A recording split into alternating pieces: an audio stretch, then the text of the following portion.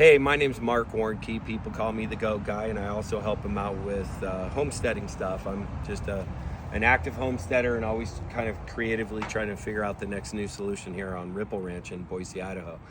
And I wanted to do a video for you, which I would have watched too, is what does it take to process telephone poles?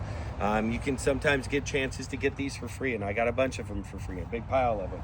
So I'm building this retainer wall with it, and I would have wanted to know what all was into it. I knew there was some hardware on these things, but I didn't realize this copper wire, it runs the full length, and it's hard to get off. It takes work to get it off. And then there's other bolts and screws, and you know, you got a chainsaw them. You have to pick them up with things like a skid steer. Yeah, two guys could probably do it, but man, holy mackerel. I think if you realistically think you're gonna work with telephone poles of any kind of size, of any kind of project, you have to have something like that that can move telephone poles. They're just big and heavy and hand squishing and everything else.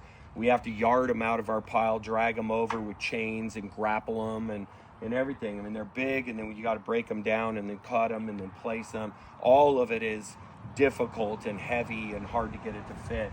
And then the other thing is too, you got to remember with the telephone pole is they're tapered, so they're fatter at one end and skinnier on the other.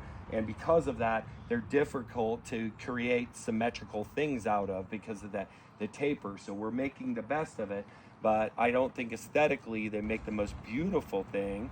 But I'm going to be quite proud of this retaining wall when it's done.